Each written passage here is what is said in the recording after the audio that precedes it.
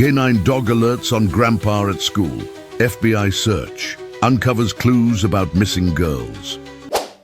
Max's ears twitched before Sarah even noticed something was wrong. Standing in the fluorescent-lit hallway of Thompson Elementary, the Belgian Malinois suddenly transformed from the playful K9 who'd been entertaining third graders to the elite police dog she'd trained alongside for 6 years. Sarah Collins knew every micro-expression of her partner, and this wasn't his standard alert pose. This was different. "Everything okay, Officer Collins?" Principal Martinez's voice carried a hint of concern. The school demonstration had been going perfectly until now. Max showing off his obedience training, the kids squealing with delight when he found hidden tennis balls in their backpacks. "He's probably just picking up lunch smells from the cafeteria," Sarah said, but she didn't believe her own words. Max's posture was too rigid, his attention laser-focused on the staff lounge ahead. Through the glass panel, she could see James Henderson, the school's elderly janitor, enjoying his morning coffee. Max took 3 deliberate steps forward, his nails clicking against the linoleum floor. Sarah felt the leash go taut.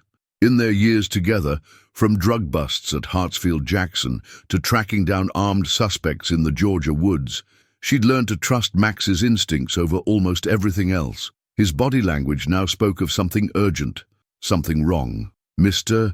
Henderson's been with us 8 months, Principal Martinez offered, noticing Max's fixed stare. "The kids call him Grandpa. Always has candy in his pockets for them." Sarah's stomach tightened at those words. She watched Henderson through the glass. Mid-60s, wire-rimmed glasses, cardigan, despite the Atlanta heat. He caught her looking and waved, a grandfatherly smile crinkling his eyes. But Max wasn't fooled by appearances. The dog's muscles were coiled springs beneath his black and tan coat. "Would you mind if we step inside?" Sarah kept her voice casual, professional. "Max seems interested in something and I'd like to check it out. Probably nothing, but—" Of course, of course." Martinez fumbled with his keycard. "James won't mind, he loves dogs." The moment the door opened, Max's behavior shifted dramatically. He moved with the precision Sarah had seen hundreds of times in training, but this wasn't his drug detection pattern or his explosive sweep routine. This was something she'd never witnessed before. Henderson's smile faltered as Max approached, nose working overtime. "Beautiful dog," he managed, but Sarah noticed his coffee cup trembling slightly. "What breed did you say he was?" Before Sarah could answer, Max let out a single sharp bark, his alert signal. But instead of indicating a specific spot or object, he remained focused entirely on Henderson, the old man's face drained of color. "James?" Martinez stepped forward, concerned. "Are you feeling all right?" Just a bit startled. Henderson's attempt at a laugh came out wrong.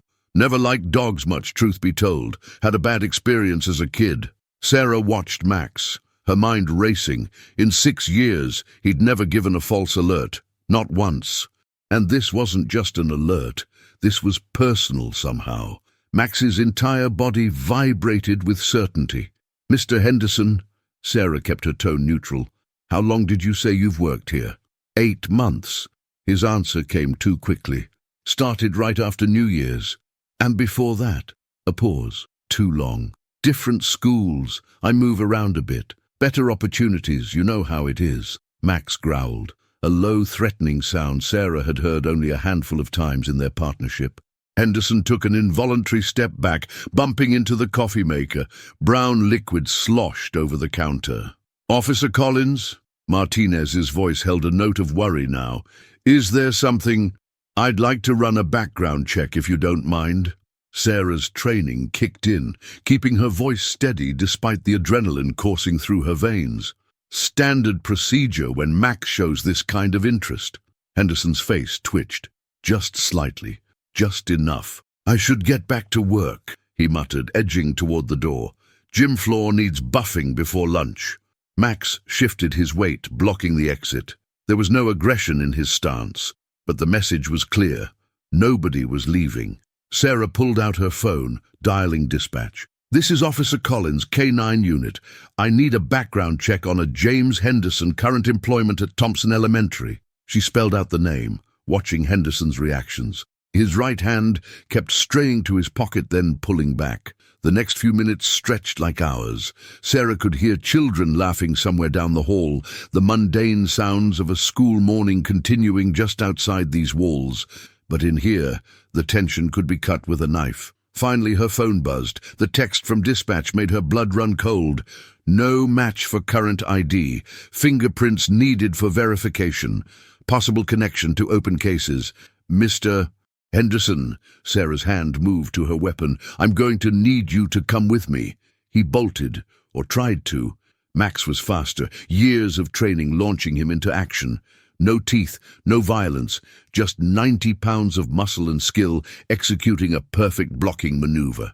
Henderson sprawled forward, his glasses skittering across the floor. As Sarah moved in with handcuffs, a small plastic bag fell from Henderson's pocket. Not candy, as Principal Martinez had assumed. Inside were 4 student ID cards, each belonging to a different school. None of them were from Thompson Elementary. Max stood guard, his eyes never leaving Henderson. Sarah saw something in her partner's gaze she'd never noticed before. Not just alertness or duty, but something deeper, something personal. As if Max had known all along what kind of monster was hiding behind that grandfatherly smile.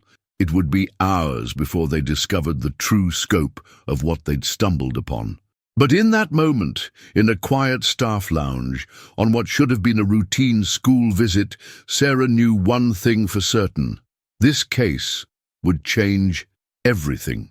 And once again, it had started with Max's unfailing instinct for the truth. She reached down to scratch behind his ears, their private signal for good job, and felt him lean into her touch. Whatever they'd just uncovered, whatever darkness lay ahead, they would face it together. They always did. The search warrant arrived at sunset. Sarah watched FBI agents swarm Henderson's small ranch house in suburban Atlanta, their flashlight beams cutting through the growing darkness. Max stood beside her, tense and alert, his breath visible in the cool evening air. "You sure about this?" Agent Rodriguez adjusted her tactical vest. "All we've got is 4 student IDs and a false identity." Sarah checked Max's tactical harness one last time. "That's why we brought him." She nodded toward her partner. "Max found something wrong at that school. I want to know what." The house looked painfully ordinary.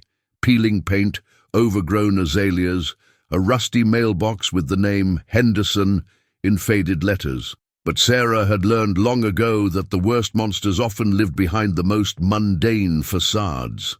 "K9 Unit takes point," Rodriguez announced, signaling her team. "Collins, your dog, your lead." Sarah unclipped Max's leash. "Find it, boy." She didn't specify what. Max already knew. That same intensity from the school hallway had returned to his eyes. They moved through the front door in practiced formation. The interior was sparse, minimal furniture, bare walls, no photos. The kitchen held only basic supplies. Everything felt temporary, as if the house's occupant had been ready to leave at a moment's notice. Max headed straight for the basement door. Sarah had worked enough cases to know that nothing good ever started in a basement. Rodriguez's team stacked up behind her as she tested the handle. Locked. "Stand back!" The FBI's breacher made quick work of the deadbolt. The door swung open with a horror movie creak, revealing concrete stairs descending into darkness. Max didn't hesitate. Sarah followed, her flashlight beam bouncing off bare walls. The basement air felt thick, heavy with something beyond mere humidity. At the bottom of the stairs, Max stopped abruptly, his nose working overtime. "Got something?" Sarah swept her light across the room. At first glance, it looked like any other basement. Boxes, old furniture, dusty tools hanging on pegboards. But Max wasn't interested in any of that. He padded purposefully toward the far wall, stopping at a section of concrete that looked slightly different from the rest. "Rodriguez," Sarah called out. "We need the thermal camera here." The FBI agent hurried down with the equipment. Through the thermal imaging, What had seemed like a solid wall revealed its secret, a hidden room, roughly 10 by 12 feet. It took the breaching team 17 minutes to find the mechanism and open the false wall, 17 minutes that felt like 17 hours. When the panel finally swung open, Sarah wished they'd never found it. The hidden room was an archive of horrors. Dozens of clear plastic bins lined metal shelves, each labeled with a name and date. Inside were personal effects, backpacks, shoes, jewelry, photographs. Sarah recognized one of the names from a missing persons report she'd read years ago, a 14-year-old who'd vanished walking home from school in Macon. My God. Rodriguez's voice cracked as she examined the bins. Some of these go back 20 years. Max whined softly, pressing against Sarah's leg. She understood his distress. This wasn't just evidence of a crime. It was a trophy room, a carefully maintained record of stolen lives. "Sarah," an agent called from the corner. "There's a laptop here, and files. Lots of files." The initial examination of the documents made Sarah's blood run cold. Henderson, or whatever his real name was, hadn't been working alone. The papers revealed a network, dates, locations, payments made and received, names of people in positions of authority, including a federal judge. "This is bigger than we thought," Rodriguez muttered, flipping through pages. "Much bigger." A sudden crash upstairs sent everyone reaching for weapons. Max's ears pricked forward, but he didn't bark. Whatever he sensed wasn't an immediate threat. "Clear," came the call from above. "Just a cat knocked something over." But Sarah noticed Max's continued alertness. She'd seen this behavior before, when he sensed they were being watched. Crossing to the tiny basement window, she caught a glimpse of movement in the shadows across the street. Just a quick flash, there and gone, but enough to confirm her suspicion. Someone had been monitoring the house. Her phone buzzed. A text from an unknown number. "You should have left it alone." "Rodriguez," Sarah called quietly. "We need surveillance on this street now. Someone's taking an interest in our operation." The FBI agent was already making calls, but Sarah barely heard her. She was looking at Max, who had moved to stand between her and the window. His posture spoke volumes. Whatever threat was out there, whatever darkness they'd just stumbled into, he was ready. Sarah knelt beside him, speaking softly. "What have we gotten ourselves into, partner?" Max's only response was to press his nose into her palm, their private gesture of reassurance. In the bins behind them lay the evidence of countless shattered families, years of unanswered questions. Sarah thought of the parents who still put up missing person posters, who still jumped every time the phone rang. They deserved answers. They deserved justice. Her phone buzzed again. "Last warning, walk away." Sarah deleted the message without replying. She and Max had never walked away from a fight, and they weren't about to start now. But as she watched FBI agents documenting the basement's grim contents, she couldn't shake the feeling that this case would test their partnership like never before. Outside, the night had settled fully over suburban Atlanta. Somewhere in the darkness, someone was watching, planning, perhaps already moving against them. But they'd forgotten one crucial detail. You can't hide the truth from a dog who can smell deception, and you can't intimidate a handler who trusts her partner's instincts more than her own fear. Sarah checked her weapon, then her phone signal. "Call it in," she told Rodriguez. "We're going to need everything you've got on this one." Max's tail swished once, decisively. Sarah didn't need words to understand his message. Whatever comes next, we face it together. Sarah jolted awake in her office chair, her neck stiff from an awkward angle. Files from Henderson's basement lay scattered across her desk, their contents a maze of dates and locations she'd been trying to decode for hours. Max's head snapped up from his bed in the corner, instantly alert. Just a dream, boy. But it wasn't just a dream. It was a memory, their first case together, the one that had shaped everything that followed. The photograph on her desk showed a younger Max, his tactical vest still stiff and new, standing beside a small girl with pigtails, Katie Matthews, age 8, their first save. 6 years earlier, "He's too aggressive," the K9 supervisor had warned. "Belgian Malinois, fresh from military training. He's not what you need for Atlanta PD." But Sarah had seen something in Max's eyes that day at the training facility. Not aggression, but intensity, purpose. When she'd approached his kennel, he'd studied her with an intelligence that felt almost human. 2 weeks after completing their certification, dispatch called them to Piedmont Park. Katie Matthews had vanished from the playground while her mother was tying her younger sister's shoes. 30 seconds. That's all it had taken. They'd found Katie's hair ribbon near the parking lot. Sarah had watched, heart pounding, as Max took his first scent as her partner. The way he'd locked onto the trail, like nothing else in the world existed. She'd never seen anything like it. The scent led them to an abandoned warehouse in West Midtown. Sarah remembered the rust-stained walls, the broken windows, the suffocating summer heat. Max had stopped at a door, his body language screaming danger. "Wait for backup!" her radio crackled. But Max's muscles were trembling with urgency. Sarah knew, somehow, that waiting wasn't an option.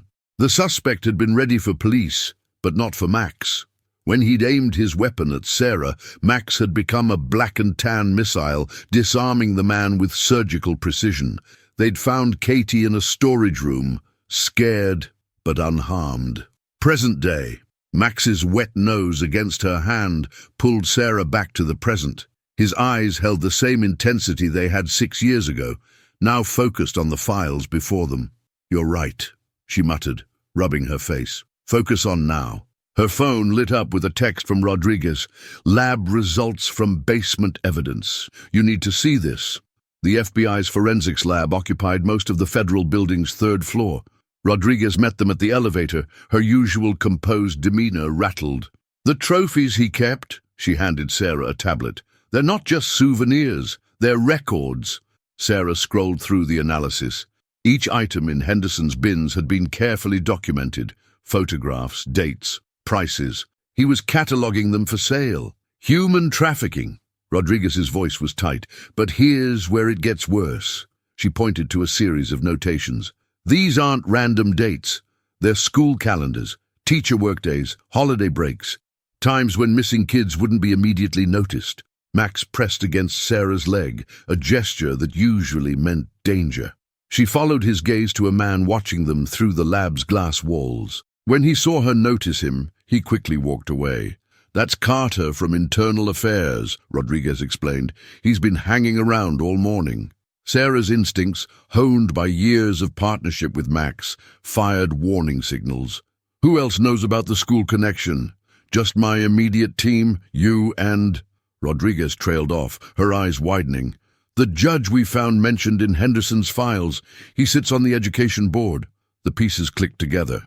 Katie Matthews had vanished during a teacher workday. The student IDs in Henderson's pocket were all from staff development days. This wasn't just a trafficking ring. It was an organized operation with inside knowledge of school systems. Sarah's phone buzzed again. Another unknown number.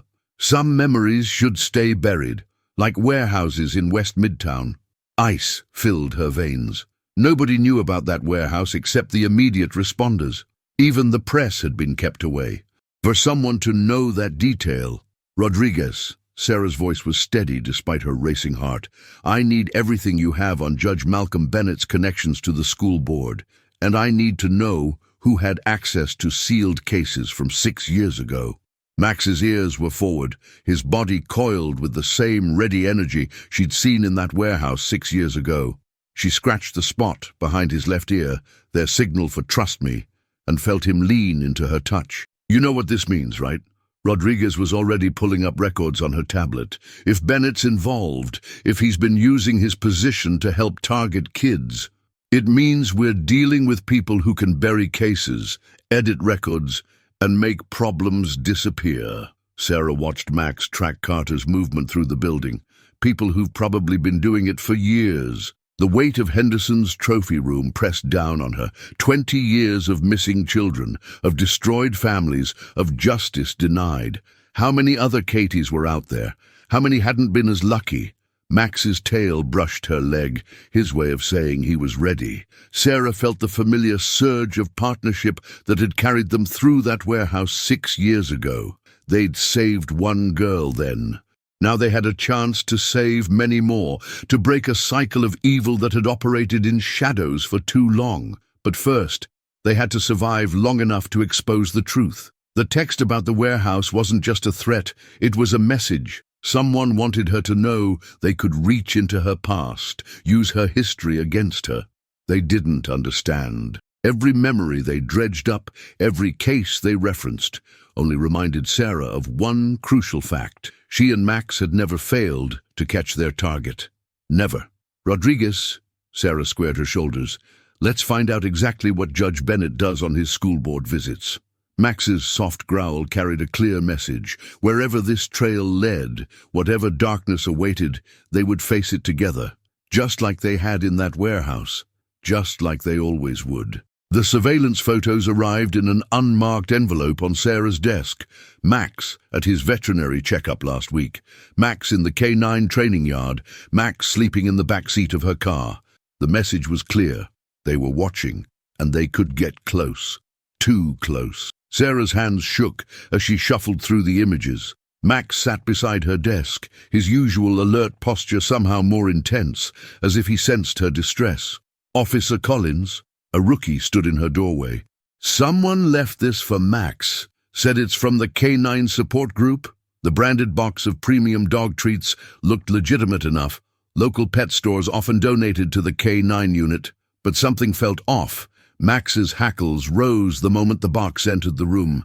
Sarah pulled on latex gloves. Inside, beneath layers of carefully arranged biscuits, she found a handwritten note. Call off the investigation, or your next case will be finding him. Get these to the lab, she ordered the rookie. Now. Her phone rang. Rodriguez. Bennett's not at the courthouse. His clerk says he's doing school board visits, but the board has no meeting scheduled. Sarah grabbed her keys. What schools? That's just it. We can't get his itinerary. The records are sealed under some educational privacy act that doesn't exist. Max was already at the door, reading her urgency. They'd been investigating Judge Bennett's school connections for 3 days, pulling threads that linked him to Henderson's operation. Now he was off-grid, and someone was threatening Max. I'm heading to... Sarah stopped mid-sentence as Max suddenly stumbled, his back legs giving out. The morning's routine flashed through her mind. Max's water bowl in the K9 unit kitchen. She'd filled it herself, but she'd been called away for 2 minutes. Just 2 minutes. Rodriguez, her voice cracked. I need emergency transport to Riverside Animal Hospital. Now. Max tried to stand, but couldn't. His breathing was becoming labored, pupils dilating. Sarah dropped to her knees beside him, heart pounding. Stay with me, partner. She cradled his head as his eyes struggled to focus on her. Don't you dare leave me. The next 4 hours were the longest of Sarah's life. Pacing the veterinary hospital's hallway, she replayed every moment of the morning. The water bowl, the treats they hadn't opened, the photos showing how closely they were being watched. Officer Collins? Dr. Martinez emerged from the treatment room, her scrubs stained with sweat. We got to him in time. The poison was professional grade, meant to be slow, untraceable. If you'd waited even 30 minutes longer... Sarah pressed her forehead against the observation window. Max lay unconscious, IV lines running into his foreleg, monitors beeping steadily. He looked smaller somehow, vulnerable in a way she'd never seen before. Her phone buzzed. Next time we won't miss. Rage replaced fear. They'd gone after Max, her partner, her family.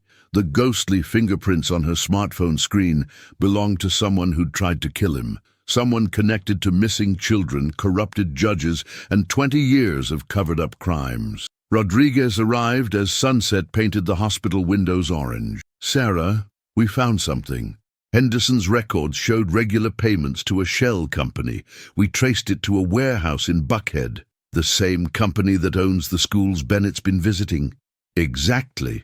Rodriguez handed her a file. But here's the thing. Those schools... They're all closed for renovation, perfect places for someone to operate without witnesses. Sarah looked back at Max, still unconscious but fighting. Dr. Martinez had said he'd need at least 48 hours of observation. 48 hours during which Bennett could destroy evidence, silence witnesses, vanish completely. They're moving their operation, Sarah realized. That's why they wanted Max out of the way. He could track them, find whatever they're hiding in those schools. Sarah, Rodriguez's voice was gentle. You can't go after them alone, not with Max down. Through the window, she watched Max's chest rise and fall. 6 years of partnership flashed through her mind. Drug busts, rescue operations, late nights on stakeout. Every time she'd needed him, he'd been there. Now he needed her. Her phone buzzed again. Another photo. Bennett entering one of the closed schools, leading a group of children in school uniforms. The timestamp showed 10 minutes ago. Sarah checked her weapon, then her backup piece. I'm not alone. I've got you, your team, and every cop in Atlanta who's sick of watching kids disappear. And you've got something else, Rodriguez added, pulling up satellite imagery of the school. You've got 6 years of working with Max. You know how he thinks, how he tracks. Use that. Sarah touched the window separating her from her partner. Max's training had taught her to read buildings like he did. Airflow patterns, hidden spaces, escape routes. She might not have his nose, but she had his instincts. Get your tactical team ready, she ordered. And get me everything you have on that school's layout. If Bennett's there, we're going to finish this, for Max. Behind her, monitors beeped steadily, tracking her partner's fight for life. Somewhere across the city, more children were in danger. Sarah had never worked a case without Max before, but she knew what he'd do if their positions were reversed. Follow the evidence, trust his training, and never back down. Hang on, partner, she whispered to his sleeping form. When you wake up, I'll have answers, I promise. Rodriguez was already coordinating with SWAT, preparing for a night operation. Sarah took one last look at Max, drawing strength from his unwavering loyalty. They'd tried to stop him from exposing their crimes. Instead, they'd only guaranteed that she would tear their entire operation apart, piece by piece. The sun set over Atlanta as Sarah strapped on her tactical vest. For the first time in 6 years, she was heading into danger without Max by her side, but she carried with her everything he'd taught her about courage, persistence, and justice. They'd wanted to silence Max. They were about to learn that some partnerships transcend physical presence, and that a K-9 officer without her dog was still a force to be reckoned with, especially when that dog was fighting for his life in a hospital bed across town. Sarah checked her gear one final time. This one's for you, Max. The abandoned school loomed against the night sky, its empty windows like blind eyes staring down at Sarah. Thunder rumbled in the distance, a storm approaching Atlanta from the west. She touched her earpiece, confirming the tactical frequency. Teams in position, Rodriguez whispered through the comm. Thermal imaging shows multiple signatures on the second floor. At least 3 adults, possibly 8 to 10 smaller figures. Sarah's throat tightened. 8 to 10 children, their disappearances carefully timed to coincide with renovation schedules and teacher workdays. She thought of Max fighting for his life across town, of the evidence they'd gathered, of Henderson's trophy room with its carefully labeled bins. Remember, she sub-vocalized into her mic, Judge Bennett's in there. He'll have political coverage ready if this goes wrong. Everything by the book. Movement at the east entrance, another agent reported. 2 adult males securing transport vehicles. Sarah pressed herself against the brick wall, remembering countless training sessions with Max. He'd taught her to read buildings, air currents, sound patterns, the way scents collected in corners. Now, she had to use those lessons without him. The school's blueprint glowed on her tactical tablet. The children's heat signatures clustered in what used to be the library. 2 guards in the hallway, Bennett's signature pacing in a former administrative office. They're preparing to move, Rodriguez concluded. It's now or never. Sarah gave the signal. Teams breached from 4 entry points simultaneously, synchronized flashbangs disorienting the outer guards. She moved in with the North team, muscle memory guiding her through cleared rooms. The first gunshot cracked through the air like lightning. Return fire erupted from the library doorway. Sarah caught a glimpse of terrified faces through the windows, children huddled under tables, hands over their ears. "Contact!" Rodriguez's voice crackled. "2 suspects down. Bennett's moving. Sarah, he's heading your way." A door slammed somewhere ahead. Sarah rounded the corner in time to see Bennett disappearing up the maintenance stairs. She followed, her footsteps echoing in the narrow stairwell. The roof access door hung open, letting in the first drops of rain. Bennett stood at the edge, his expensive suit soaked, a satellite phone in his hand. "It's over," Sarah called out, weapon trained on his center mass. "Step away from the edge." Bennett's laugh held no humor. "Officer Collins, I warned you to walk away. How's your dog?" "Alive." Sarah took a measured step forward. "Unlike your career after tonight, we found everything. The shell companies, the school board connections, 20 years of trafficking records. You found what we wanted you to find." Bennett's smile didn't reach his eyes. "Did you really think Henderson was the mastermind? He was a disposable part, just like the others." The satellite phone chirped. Sarah caught fragments of coordinates being transmitted. "A backup extraction plan. You won't make it off this roof," she warned, advancing another step. "I've made it out of worse." Bennett's confidence was absolute. "One phone call and every piece of evidence you've collected becomes inadmissible. Every witness discredited. A low growl cut through the rain. Sarah's heart stopped. There, in the roof-access doorway, stood Max. His tactical vest was missing, an IV port still taped to his leg, but his stance was pure predator. "Impossible," Bennett breathed. "You're supposed to be—" "What?"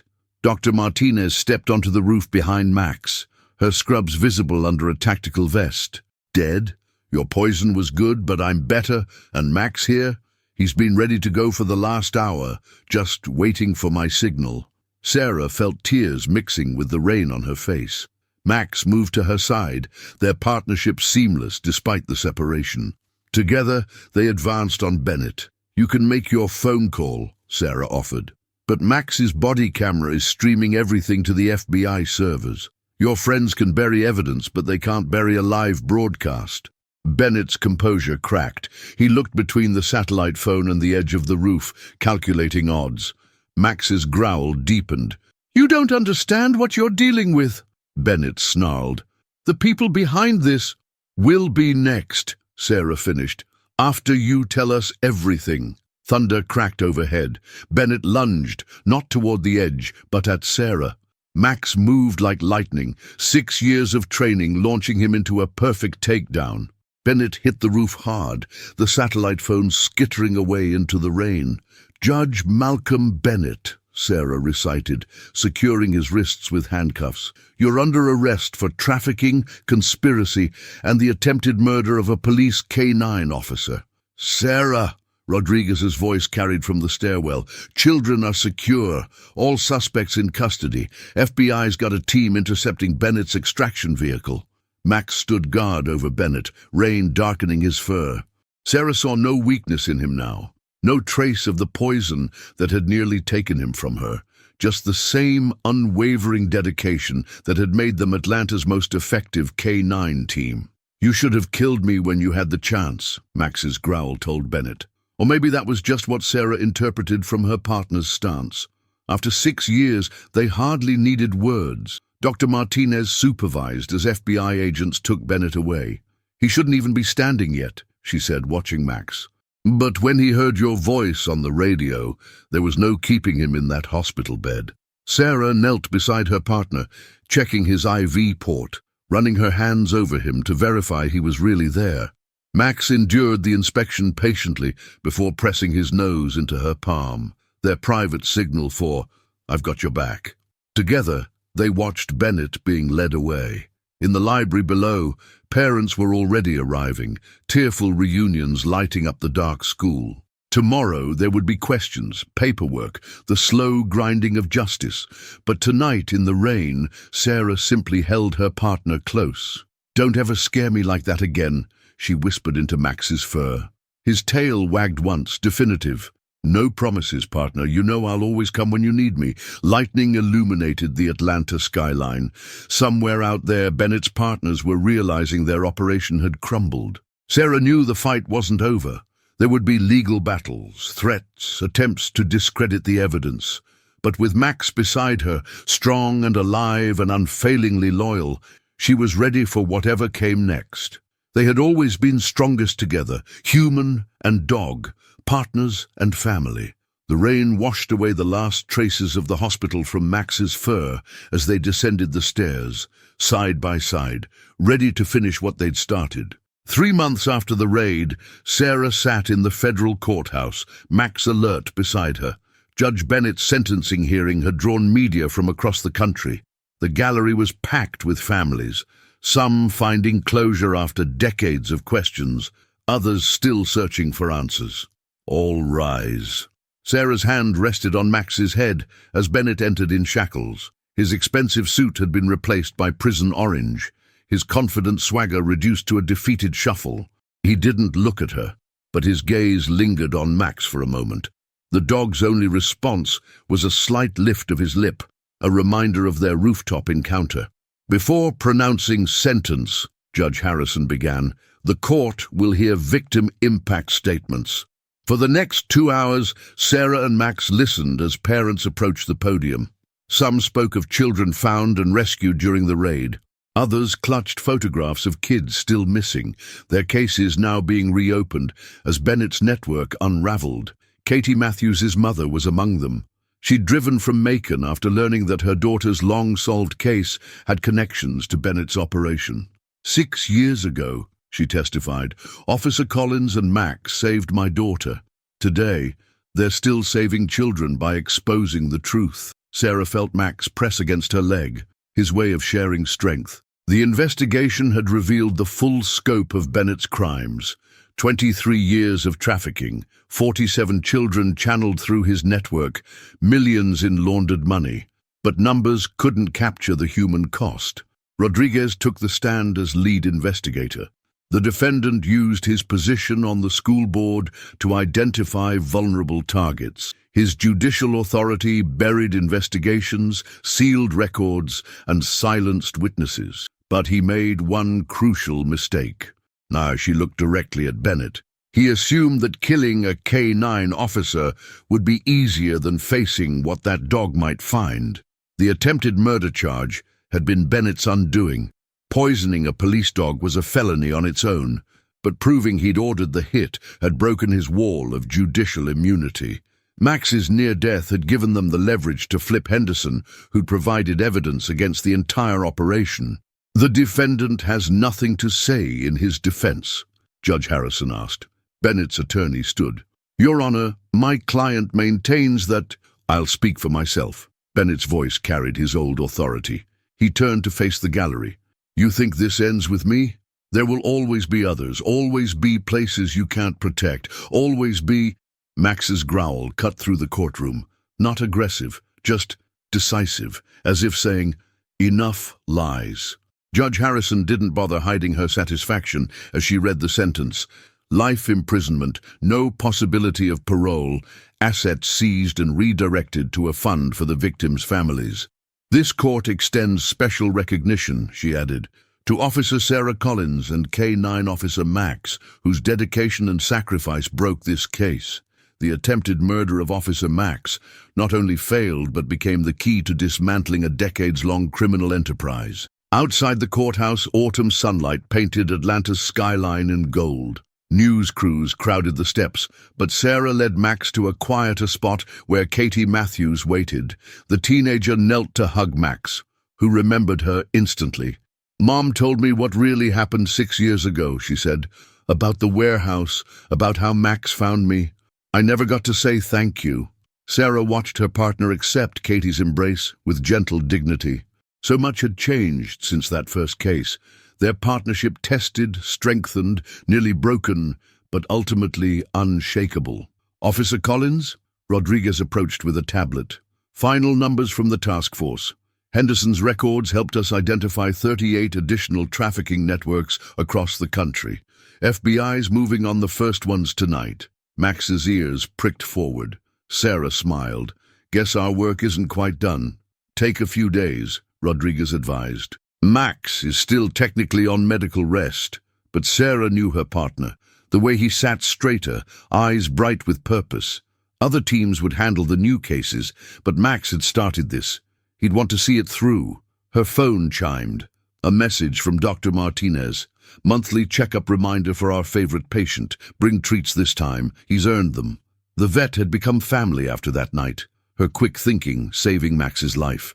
The poison had left no lasting damage, though Sarah still caught herself checking his water bowl, scanning for threats, remembering those terrible hours when she'd thought she'd lost him.